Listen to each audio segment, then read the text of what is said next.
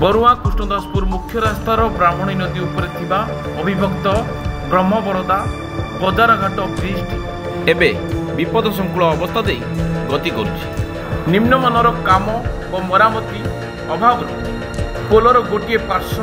बाड़ाटी संपूर्ण दुर्बल होगा सह कंक्रीट सबू झड़ी पड़ी रड गुड़िक पदा को बाहरी गला फल रड गुड़िक वर्षा पानी खाई पोलर प्रति विपद देखा ता छड़ा पोलर मंगराजपुर खंडासपटू पोल मुंड को संजोग करुवा रास्ता निकट में ही 5-6 इंचर एक फांक सृष्टि होगा सह पोलर किछि स्थान छोट छोट गर्त मान देखा फल उक्त रास्ता दे दैनिक यातायात करुवा शह शह संख्यार गाड़ी मोटर बाइक कार होई और पथचारी मानक प्रति विपद आशंका देखा यह व्यतीत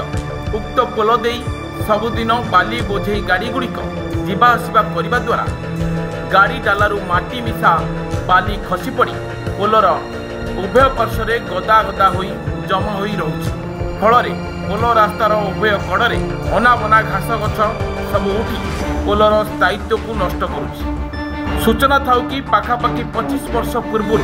निर्मित उक्त बजारघाट पोलटी जाजपुर आरडी विभाग अधीन रही निम्नमानर काम जो यार स्थायित्व नष्ट होउछि बोली उभय पार्श्वर ग्रामवासी माने अभियोग करने सह असंतोष देखा विभागीय अधिकारी मानक अणदेखा और मरामती अभाव पोलटी धीरे धीरे दुर्बल होउछि तेणु तुरंत यह मरामती करने आदि साधारण दाबी होउछि। जाजपुर जिला रसलपुर ब्लॉक मोहम्मद अली को रिपोर्ट न्यूज प्लस पॉइंट।